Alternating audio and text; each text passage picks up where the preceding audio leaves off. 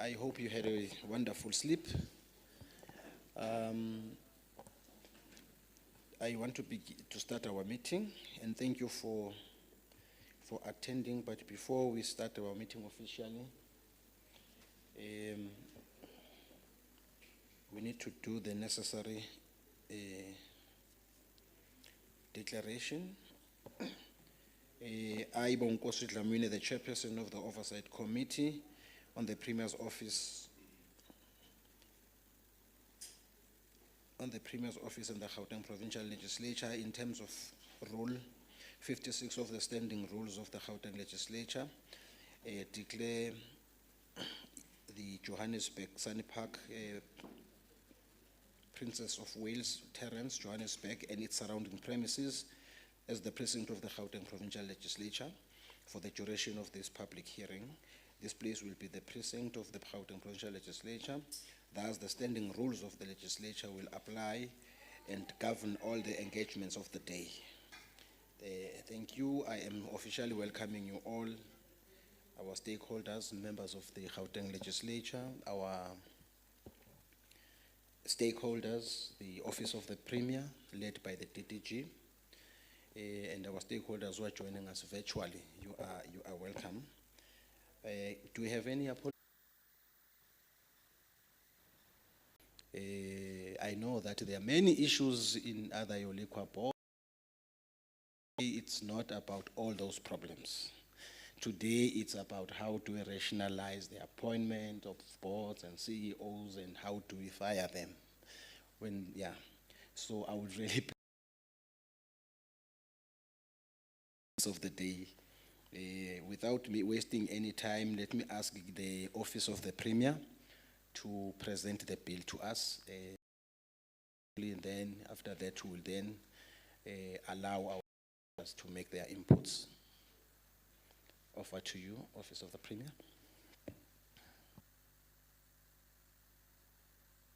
Can you? It's fine because my members are not here.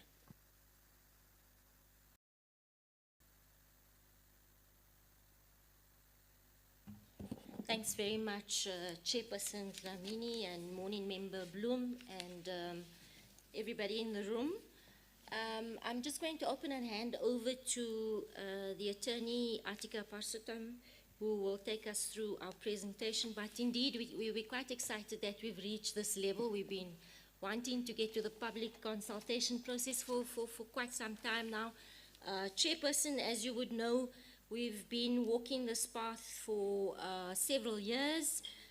In fact, the Executive Council in the Office of the Premier had already in 2018 received a preparation of the policy intent and the preparation of the bill, and we had put that out. We had published it in the Government Gazette in December 2018, asking for comments from the public. But beyond that, we also shared with parent departments, those departments that have entities in their purview, for them to present comments to us. And unfortunately, Chair, we had not received any to date. So you are quite correct, Chairperson. We are now undertaking the public consultation, or the discussions on the amendments that we are proposing on how to collaborate and to streamline the appointments of CEOs and boards. You would also know, Chairperson, that in the national space, a national guideline on same was issued by national government. It's a guideline to departments, and Ms. Parsutam will speak to that as well. So, Chair, I'm going to leave it there and just ask Ms. Atika Parsutam to take us through the thinking around why some of the matters need to be rationalized and streamlined. Thank you very much.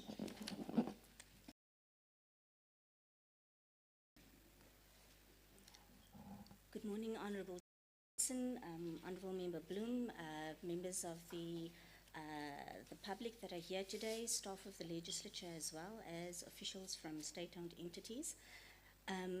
We've been asked to provide a presentation on the Gauteng Provincial Laws General Amendment Bill. Just as an overview, we'll touch on a few aspects relating to the bill, and as we proceed, I think it'll become a lot clearer as to why we are here today. So the purpose of the bill is to amend various pieces of founding legislation that establish public entities in the Gauteng Provincial Government. We require a process to rationalize the appointment, reappointment, and as well as the dismissal or the removal of members of the board and also chief executive officers of those provincial entities. So we came to the position of doing this based on, firstly, the report of the Presidential Review Committee on State-Owned Entities, where it set out that the appointment and removal of both boards and chief executives should be by the executive authority in concurrence or consultation with Cabinet or the Executive Council. In our instance, that means that an MEC should be responsible to appoint and remove members of the board and CEOs with the concurrence of EXCO. Further to that, EXCO, meaning the Gauteng Provincial Executive Council, in 2018 took a resolution that where we appoint members of boards and CEOs, we should be guided by the national guideline on the appointment of persons to boards. That is also in accordance with our constitutional prescripts, where members of the Executive Council are collectively and individually accountable for the exercise and performance of the executive authority. Now, in addition to constitutional prescripts as well, we are guided by the Public Finance Management Act, and for those companies that are established as companies in terms of the Companies Act, we also have to be guided by the Companies Act 2008. As matters stand, the Gauteng Provincial Government remains the sole shareholder for all provincial public entities, and the relevant member of the Executive Council exercises the rights as the shareholder on behalf of the Gauteng Provincial Legislature. So that's how it's currently structured. Following this, there have been a number of moves at a national level to look at how do we better improve what happens in our state-owned entities. We've noticed over many years that there have been a number of governance shortcomings as well as service delivery failures that have impacted on the effectiveness and efficacy of state-owned enterprises. At a national government level, there have been numerous forums convened. The most recent that set out two main problems that need to be dealt with. The first being relating to governance and leadership, where the appointment of incompetent boards compromises the quality of decision-making and the strategic implementation of approved plans. Where there is a lack of transparency in the appointment process, it also causes leadership instability that negatively affects our governance processes. One of the recommendations was to enhance transparency in the appointment processes and to allow that the board appoints a CEO and holds them responsible for the performance of the entity. The second main issue that was highlighted that's relevant for us today is political interference. This negatively affects both the functionality of the boards as well as the ability to implement their primary mandates. Now you may ask how that relates. Keep in mind that you have three spheres of government. At a national level, we have Parliament and the NCOP, well, the National Assembly and the NCOP, which form Parliament, and they exercise national legislative authority. At a provincial level, it is the Gauteng Provincial Legislature that exercise provincial legislative authority. The Constitution sets out very clearly which aspects are concurrent national and provincial legislative competencies. When we look at how we engage with our own public entities as a problem, we have provincial legislative competence over those entities. In the event that there is national legislation that governs all public entities that fall under the Act, then it would, the provisions of the Constitution that provide for when legislative competence, that kicks in. And one of those main for doing that is to ensure uniformity of processes. So in the to say which are those aspects that we feel we need to pay critical attention to. Now, important to see just a bird's eye view of the legislation. I've listed the legislation and the entities, and you'll see that the amendments touch on boards, chief executive, and where there is a chairperson or a deputy chairperson, it also covers the appointments, removals, and the like as well. Actual amendments, we thought that it would be more appropriate. Participants can get a good feel of what the nature of the amendment is. So firstly, we looked at the appointment. Now, previously, our legislation referred to a responsible member or an MEC, the responsible member in concurrence with the Standing Committee on Finance and Economic Affairs. Now, I think I've set out the background now of why we are moving away from an MEC in terms of the collective the Executive Council. The second amendment, we also just mention that in some legislation, we find the reference to in consultation, and at other times it's after consultation with. And for those members that are attending today that aren't aware of the legality of when we talk about in consultation, it means that you must have the concurrence of the other party as well. So in other words, when you talk about after consultation, I may go to Mr. X and say, what do you think about it? Mr. X will give me his view. I will walk away and I will still make the decision. I'll probably take that into account, but I don't need to agree with the position of Mr. X. What we would like to see is the legal position of concurrence, right? So that we ensure that the Executive Council is part of those decisions.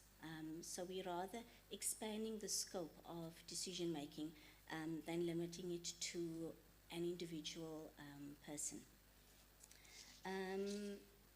The termination of membership of governing boards is similarly also being replaced to be only the Executive Council.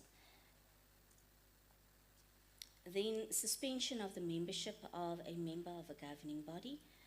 We've taken out the provision for the consultation with the Standing Committee of the Provincial Legislature responsible for economic affairs, noting the separation of powers principle. The legislature performs a different role in terms of the functioning of public entities, in that they provide an oversight function, whereas the executive authority is responsible for the implementation of the legislation. And so in order to not blur the lines between the different spheres of government, we have thought it best to do that. When it comes down to the determination of the remuneration and allowances that are paid to members of governing bodies, we have inserted provision that it would be with the concurrence of the member of the Executive Council for Finance. This is to enhance greater fiscal responsibility and ensure that when we are making provision for those remuneration packages, that we do in fact have adequate budget to be able to do so. Moving on, the determination of terms and conditions of employment, and that includes remuneration allowances and all other employee benefits of the staff of public entities. We have also done that to be in consultation with the MEC for Finance. Once again, this is to enhance fiscal responsibility within the province. The appointment of an administrator, and this is specifically in respect of the Gauteng Gambling Board, would require the approval of the Executive Council. Previously, it would have been a mere consultation. And then I think the next one is the making of regulations. Two pieces of our provincial legislation predated the Gauteng Scrutiny of Subordinate Legislation Act. In terms of the Gauteng legislation, all delegated legislation must be, all regulations must be processed through the legislature prior to it being promulgated. And the provision for removing the concurrence of the Standing Committee of the Provincial Legislature responsible for financial matters, that has been removed to ensure that we align with the processes of the Gauteng Scrutiny of Subordinate Legislation Act. Then we also have the appointment of a Chief Executive Officer that would also require the approval of the Executive Council, as well as the suspension of the Chief Executive Officer by the responsible member. Provision is made for that as opposed to only termination of the appointment. And then lastly, the termination of the appointment of a Chief Executive Officer in both the Gauteng Tourism Authority as well as the Gauteng Enterprise Propellers Board would also be by the Executive Council. So that provides a broad overview of the nature of the amendments. And I'm sure that if you have a more detailed look at the nature of the amendments, you'll see that it accords with what we have been talking about. So as I mentioned, there is no national legislation currently that uniformly regulates the appointment, reappointment, dismissal, removal, and suspension of chief executive officers, members of the board, in either or both the national and provincial government. There is a national guideline, but we do need to bear in mind that a guideline cannot take precedence over legislation. Right? The primary instrument is your legislation. And we've had in ample case law at Constitutional Court as well that has reaffirmed this position.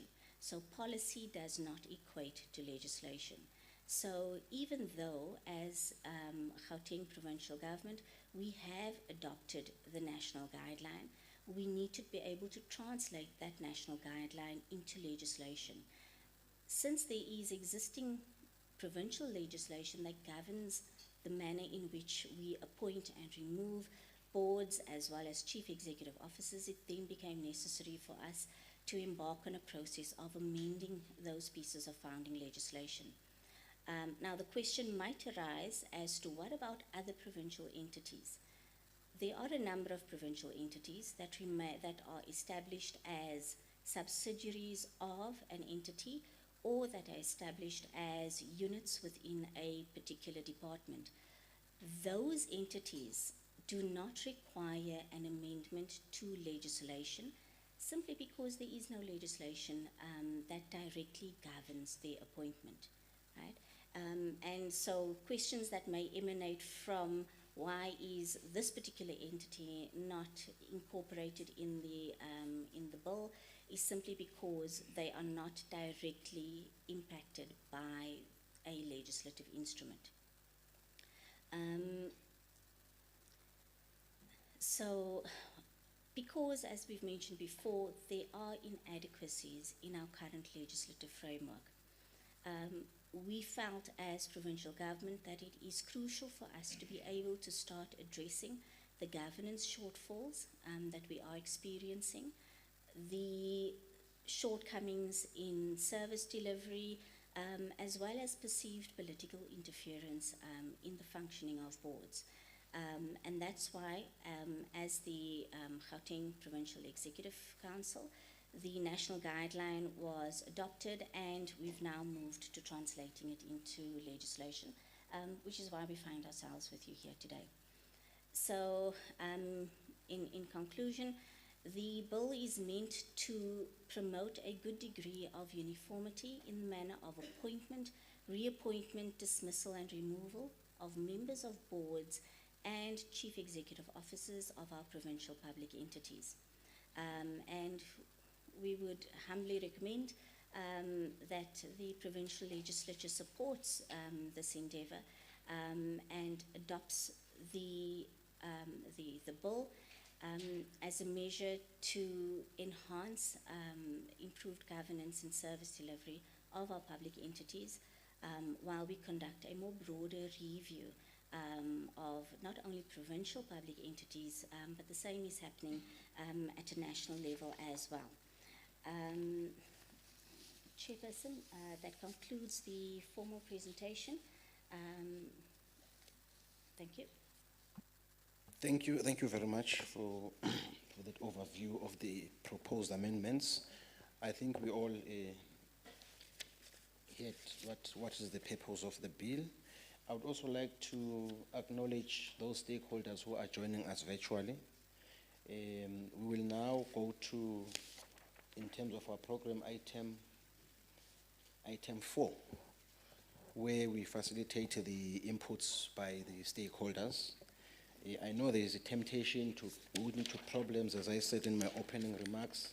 Please, let's try and avoid that. Let's just confine ourselves to your inputs, because as a legislature, we cannot just support a legislation from the executive without the inputs of our stakeholders. That's what even the law requires. I will therefore start with those who are joining us virtually. I'm told there is Margaret Chaba. I'm not sure from which entity.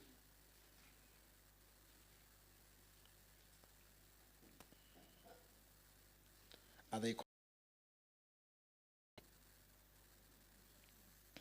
Okay, while we are sorting that, I see a hand. Do we have a roving mic? Oh. Please introduce yourself and from which entity. Chair, member, my name is, and colleagues in the room, my name is Peter Hall. I'm the DDG for Business Regulation and Governance in Department of Economic Development and MEC Mutara's portfolio. I'm also here today, I'm representing the HOD, Blake Mosley, Lefatola, he is not able to attend today, Chairperson. I'm also here with Fatima Namela, who's the head of Raymond Martin. I think he just stepped out. He's the head of the board. So, Chair, yeah, I think DDG Marie-Louise is also correct. We started this process in 2018. I think it's a good step forward, as you know, Chair, with all the issues we had with some of the boards recently, the gambling board, the GGDA board, the CEOs, and we were found wanting in court because of our legislation does not empower whether the MEC or the board, or there's different interpretations of how we need to apply the act when it comes to the appointments. And I think that also resulted in all these litigations that are currently pending. So I like the presentation. If we can also maybe get hold of, or the presentation be shared with us, Chair, through you, I think it will be very helpful. But Chair, I just have one or two comments. The standardization or the rationalization of these acts, I think it's, like I said, the only challenge I currently have is the term of office of boards and the term of office of CEOs. The various pieces of legislation appoint CEOs for periods of 3 years to 5 years. So look into that, Chair and member, and standardize that and make it all 3 years or all of them 5 years, or link it to the term of the administration.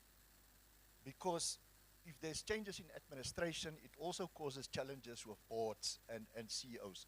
So I think the CEO term of office, also the boards. There are certain boards appointed for a 3-year period and some of the boards 5-year periods. Some of them can be extended for an additional term, not more than 2 terms. Some legislation does not make provision for extension. So should we not also look at the term of office of all the boards? Lastly, Chair, is the number of members. Some of these boards have 15 members. Some of them have 12 members.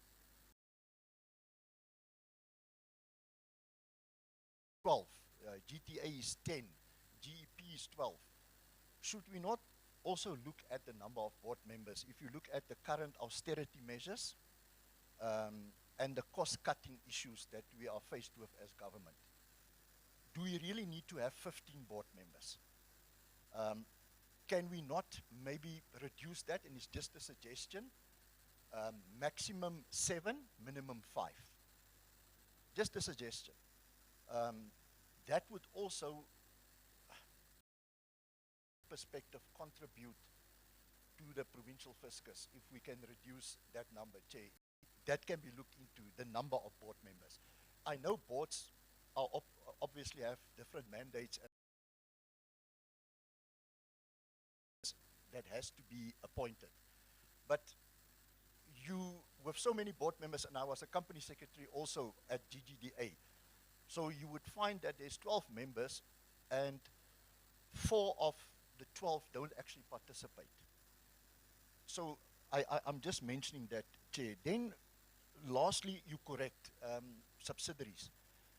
In GGDA, we've got obviously the innovation. We've got Constitutional Hill and what's the other one? AIDC. GIDZ at OR Tambo. Those are companies established in terms of, they are governed by PFMA, obviously from a financial perspective and from the Companies Act. Those boards also have members on their boards. So if you look at GGDA, it has 12 members, and you calculate those 4 subsidiaries, board members that you need to pay. So although they don't have legislation, that can be corrected in the Memorandum of Incorporation when you establish these companies because they're subsidiaries. But when the legislation reduces the number of board members, we can then in the Memorandum of Incorporation reduce the number. Comment for clarity, the Gauteng Act 7, Act 3 of 2014, Liquor Act.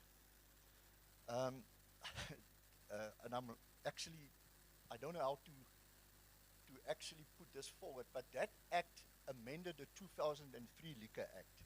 It was assented to, but it was never implemented. Now we're making amendments to the act that was not implemented. So we know that act is problematic, Chair and Member, that it also removed Gauteng Liquor Traders Association, which we now brought back in terms of the 2003 Act. So if we continue to implement the 2014 Liquor Amendment Act, we will have an issue now with the local committees, which was recently launched with the Premier. So we just need to look at that implication also when we amend this Act of 2014, whether we should continue to implement that and shouldn't we just withhold those amendments and rather do a proper amendment into the Gauteng Liquor Act, because that Act, Chair, is causing havoc in the province. And it's a 2003 Act, and the mistake that we did, Chair, is that we took an act of a country. We brought it to Gauteng, we customized it to suit our needs. But the country that we took it from has 4 million citizens. We have 10, 15 million only in Gauteng. So you sit with issues of local committees. So the liquor board also sits with a board of 55 members, because you have a main board of 9 at all your 3 metros and your 3 districts. There are local committees there who also, they are 5. So 5 times 5 is 25 plus 7 board members. So it gives you 32 board members that you have to pay at the end of the day. So I think, and that's why I'm proposing that before we, the 2014 Act, because I think that Act, the Liquor Act, current jurisdiction, the National Minister has to endorse that your Act meets the norms and standards. So that was done. We got all those type of information. So we could have implemented the Act, but it wasn't implemented. So I think, Chair, maybe through the department, exco processes and legislature, we should maybe look at just to overall the Liquor Act. Thank you, Chair. Thank you very much for that input. I will just wait for hands.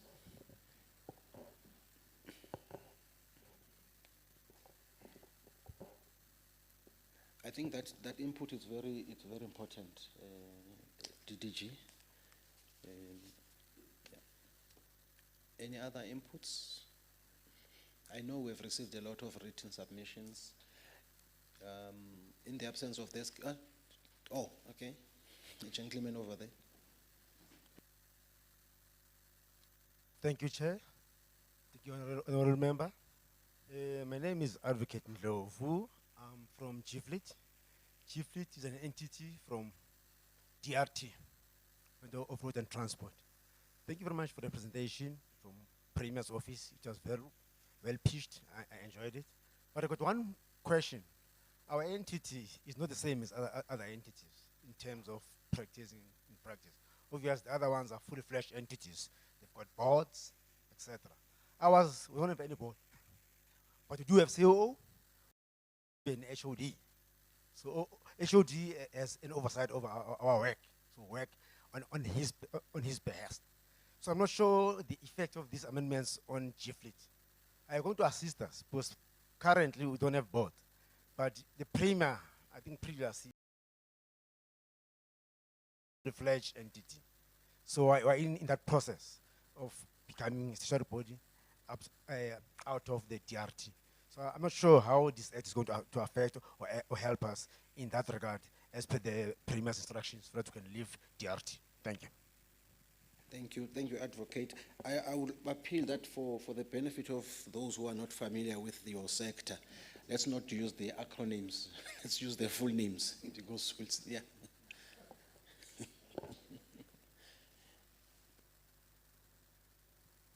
Who is online? Member Makubela. No. It's Member Makubela was still dealing with. Oh, okay. Member Makubela, can we listen to you?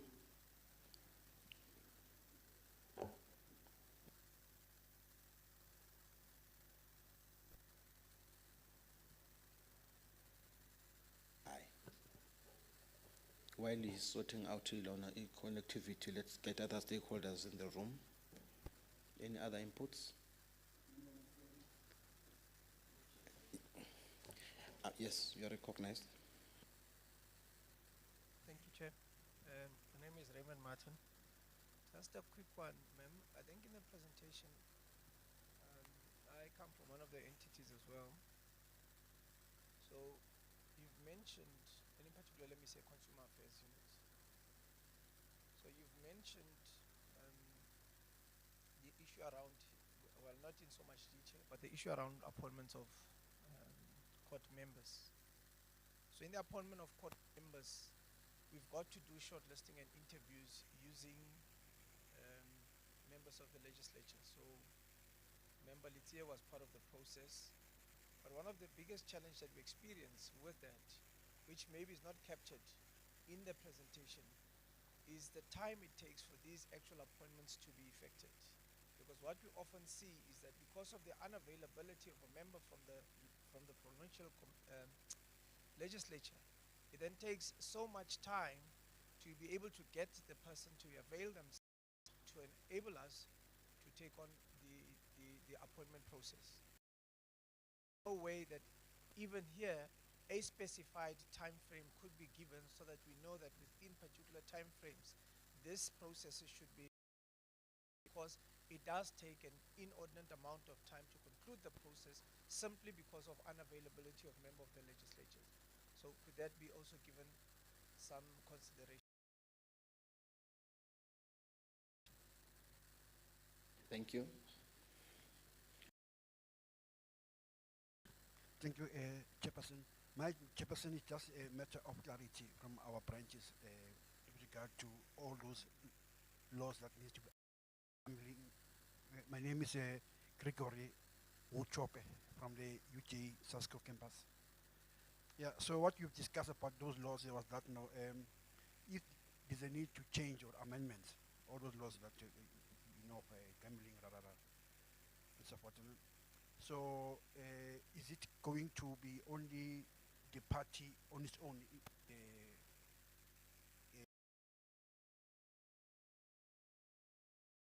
Also from the opposition, because to avoid clashes, we need also to have input from the opposition parties that are there in the Gauteng Legislature. So this is going to be only amendments only from our own, only as the ANC governing party.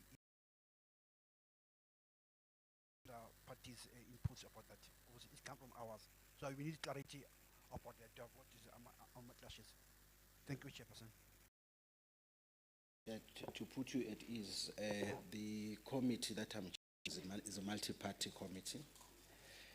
And ironically, opposition party, I am from the opposition party. So opposition views are taken care of.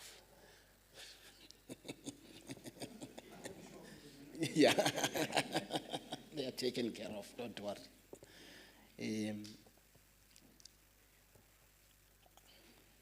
The IT department is being abusive. Yes, for the last time, yeah, yes.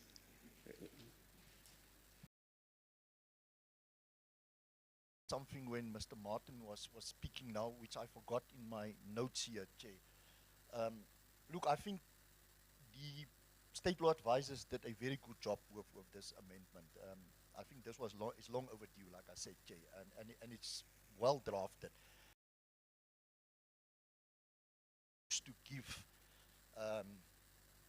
if we could have given that maybe in advance, but things have also changed recently, Chair, that we might have to consider also is the processes that we follow when we appoint boards. It shall be advertised in the Provincial Gazette, 2 newspapers. The names of applicants shall be published for public to, make inputs. So it makes it a public type of process. So when we started in 2018, we were thinking of also standardizing that process at all. We just follow the process of National Treasury. There's that protocol or that circular. But the gambling board is very specific. Yes, the liquor board also says in the Gazette, but so we were challenged now with the liquor board when we appointed the liquor board. An association somewhere said that we don't use social media. We are outdated. We're still using the government Gazette. Why don't we place adverts on social media, Twitter or X nowadays? And Chair, I don't know if, and my colleagues from the state law advisors, whether this might be too operational, but we need to also look at aspects so that we are not challenged when we appoint a board where they say the process in advertising was flawed. Thank you very much. I think we must also clarify here that the process of amendments, immediately the executive the bill into the legislature, it's no more their baby. It's our baby. We can do whatever we like about it. For us, it's important for this process. You are now submitting to us, proposing what do you think can be done. And I hope our team, we are capturing every input that is being done. Yeah. Our next speaker, ma'am.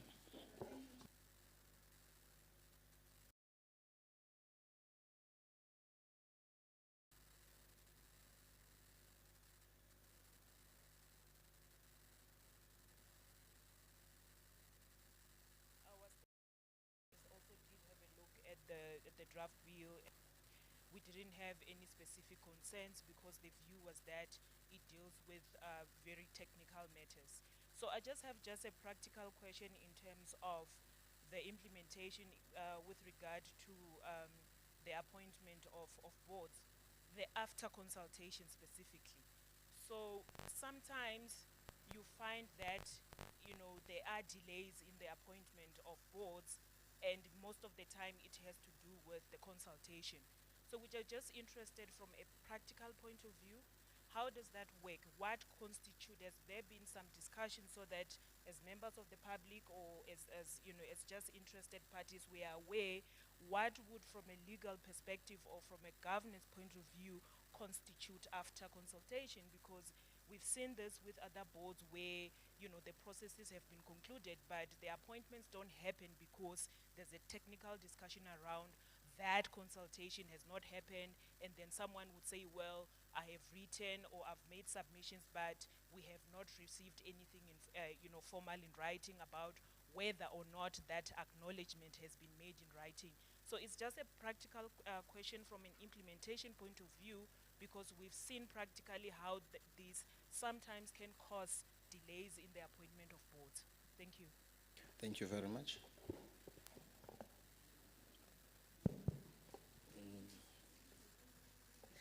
I don't see any hands. State Law Advisor, any comments on the inputs and the DTG? Thank you, Chairperson. Chairperson, I think we must express gratitude for the level of inputs and contributions that have come.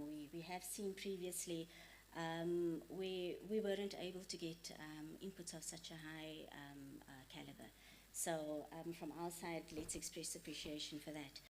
There were a number of issues raised, and I'll try and deal with as many of them as possible.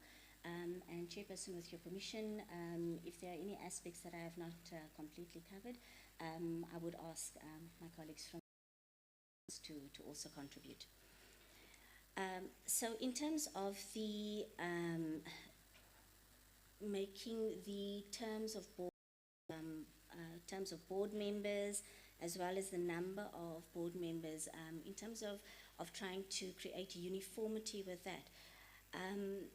Chairperson, I think it's important to note that each board has a different purpose, each board has a different workload, and each board also has a different way of operating as well. And we should also take cognizance of the fact that when the legislation was adopted by the legislature, that the likelihood was is that the legislature applied their mind adequately and comprehensively to what it required, number of board members, and the term of office. In some instances, it would be appropriate to have a shorter term, and in others a longer, and in some entities it would be more appropriate to have a larger number of board members, increase representativity, to increase the level of inputs that come from board members, and also to be able to share the workload of labor-intensive entities as well. If there is a need to review those may be within the normal legislative processes, and we do encourage, from our perspective as state law advisors, the regular of the implementation of legislation by departments and entities that are responsible to implement those that legislation. We do write legislation, we don't write it in mind that it is a permanent feature. It is it's a liquid document that needs to evolve as circumstances change. And so that is why it's even more critical to ensure of the challenges and shortcomings that you experience, and you're also mindful of those aspects that can be improved as time goes on. Mr. Hall, you've correctly pointed out that those GGDA entities that are subsidiaries, those entities are governed by the member of incorporation, and it does not require legislation to change those. In fact, it does not require the bill to be amended before conducting an adequate review process, an analysis of what your shortcomings might be and where there may be areas of those. So with all due respect, Chairperson, I think that those aspects should department in conjunction with the GGDA. The Act, Honourable Chairperson, remains a tricky matter. Legislation becomes an act once it is signed and assented by the Premier. The 2014 Liquor Act has been signed by the Premier, but if you consider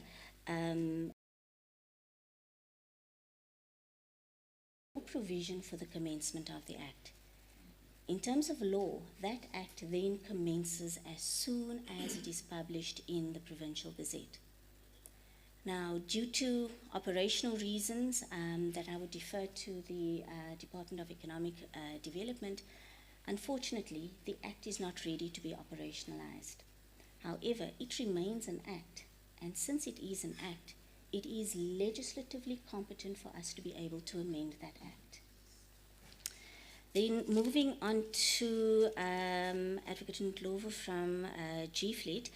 So G-Fleet, I think you've answered your own question. G-Fleet is not a public entity, and as such, its operations are not governed by legislation. In the event that you wish us as state law advisors to assist you with a legislative instrument, please feel free to contact us. We are happy to assist as always.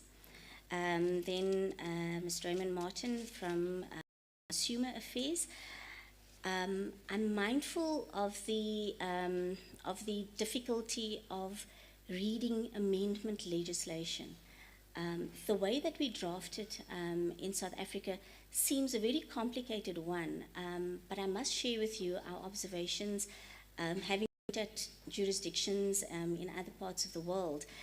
Although it's very awkward to read, it provides the greatest degree of certainty in terms of precisely what part of the principal legislation is being amended.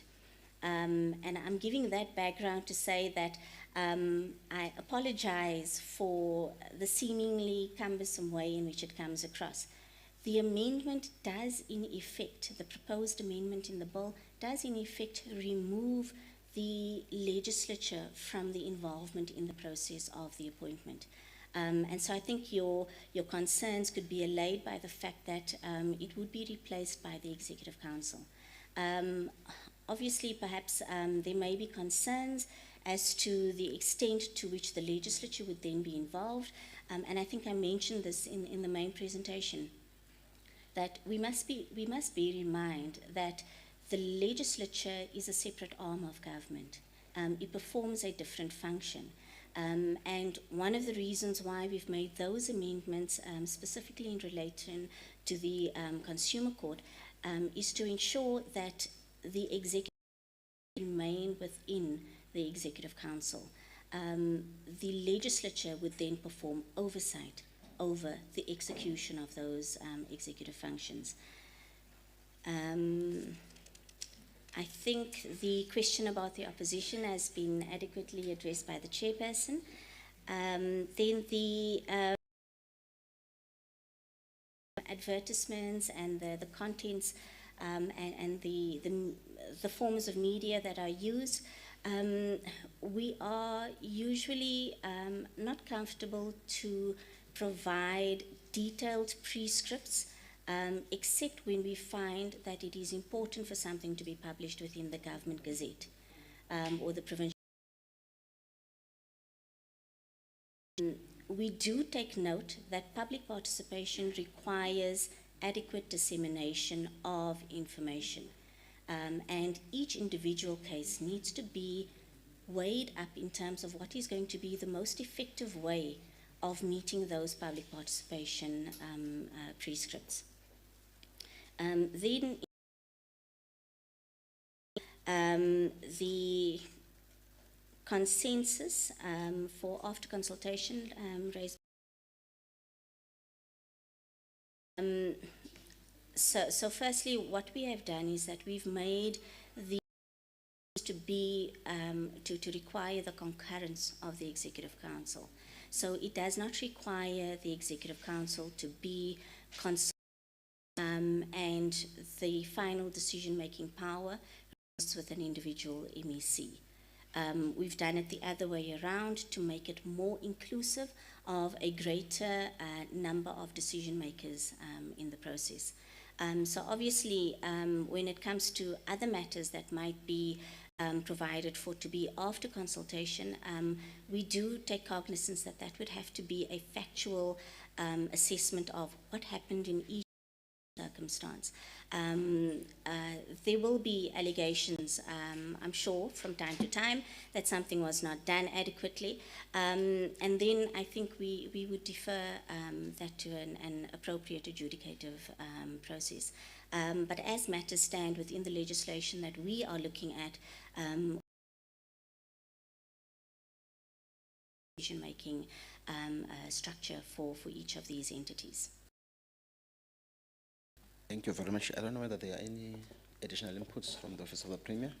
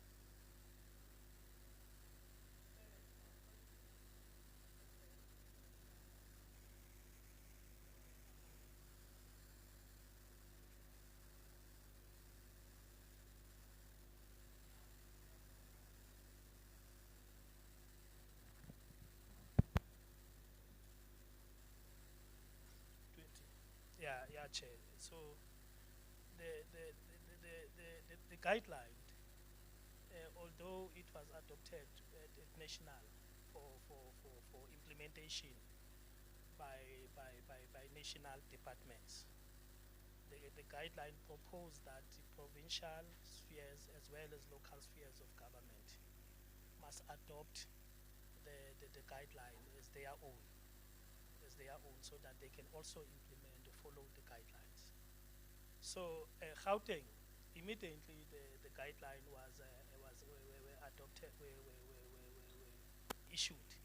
Gauteng then adopted the guideline as its own. So once it adopts the guideline, so it's Gauteng Provincial Government, which effectively, Chair, means that then that guideline is applicable to the state-owned entities of the Gauteng Provincial Government. So it becomes all of this. And Chair, that guideline has got a very rigorous are required to implement that guideline because it was adopted by the provincial government. Now, as a legislature chairperson, when this process comes to you, for instance, you must ensure that they implement that guideline. How entities of departments, you must hold them into account that you at the government, the provincial executive adopted this guideline, which means they are applicable to you, and how far these guidelines. So that is the process, and I'm saying it, Chairperson, in the presence of stakeholders, so that they must be aware that they are required to implement that guideline in order to make sure that there is good governance and administration within this state of entities. Thank you, Chair. Thank you. GDG. Thanks very much, Chair. I suppose just to close, I just want to allay the fears of G Fleet. Yes, they are not our new elevated priorities does situate a new role for G Fleet. We are busy repurposing G Fleet, and the business case is in the Executive Council's purview. It will come through as we report to OCPOL, but certainly its role is going to really expand in terms of its contribution to the economy of Gauteng. It's going to become a logistics company that services particularly our Department of Health, you know. But all those are just the beginnings of our discussion. So, Mr. Ndlovu, we haven't forgotten about you. But indeed, we wouldn't have covered G Fleet in this discussion because it isn't a public entity. Then, Chair, perhaps just to say, you know, I concur with what Advocate Muku has just put down, but our intention as the executive and in the administration is always to be expedient when it comes to lawmaking. We know it's not a quick process. The path to legislation takes a while, and part of the discussions today is exactly that, to get the last part, the public or stakeholder inputs. Chair, Gauteng has opened up, you know, its consultation, how we put out at least the minimum requirements for consultations. It's not just in the government gazette anymore, as Advocate Nuku is beginning to say.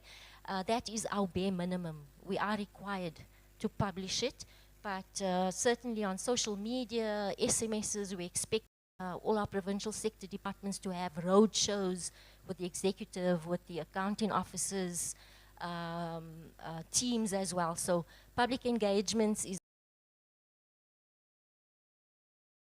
today. We don't get optimal input from the public, and thanks very much, Chair.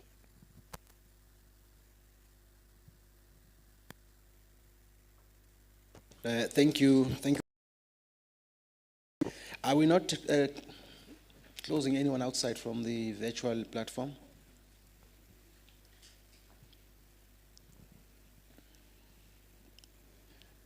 No, okay, fine. Any comment from? No comment. Aye, comrade, I'm going to comrade, Ilana, honorable members. Okay. Thank you for putting me to order. I know it's that silly period, man. Yeah, what I wanted to say, honorable members, especially to the panel, this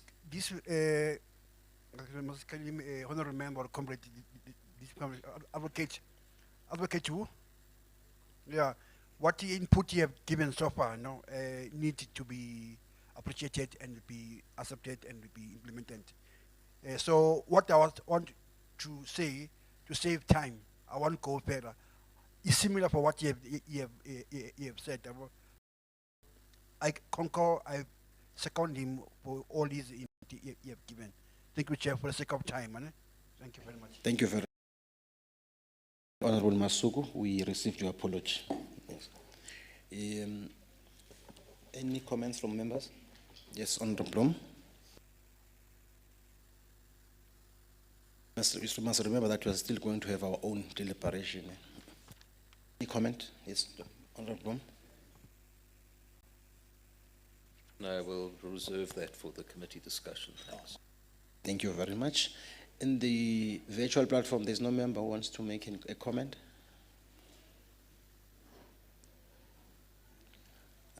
Okay.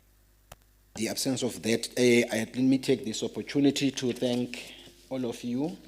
But before I do that, I would ask our researcher just to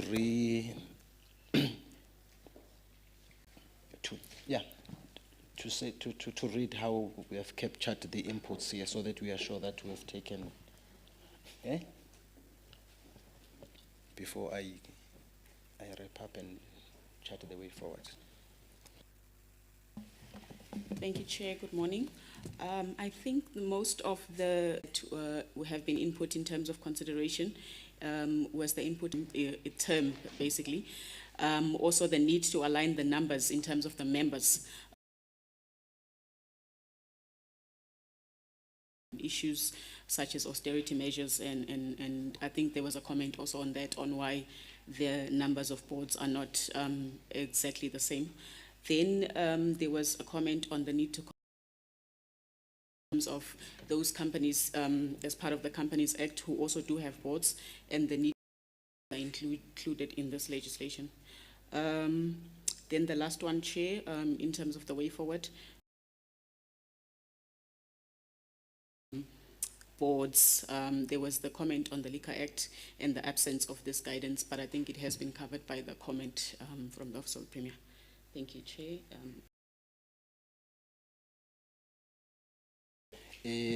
Thank you very much, Office of the Premier, members, the stakeholders, and the departments. I very appreciate your opinion and being part of the inputs. The committee will then receive a report from our researcher on the basis of because this is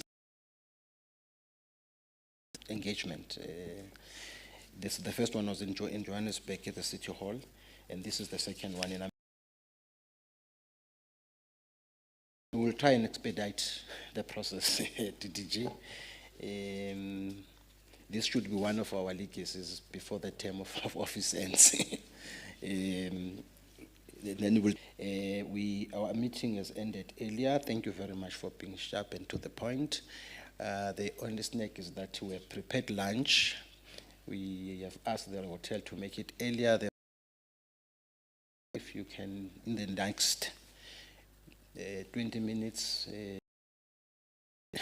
talk to each other, because if we leave this lunch, it will be a wasteful expenditure from our part. But thank you here and for your inputs. The meeting is adjourned. Thank you very much.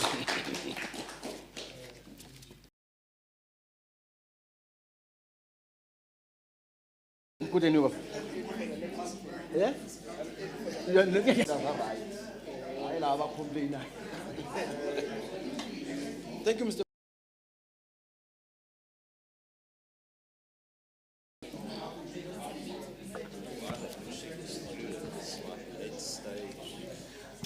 We must just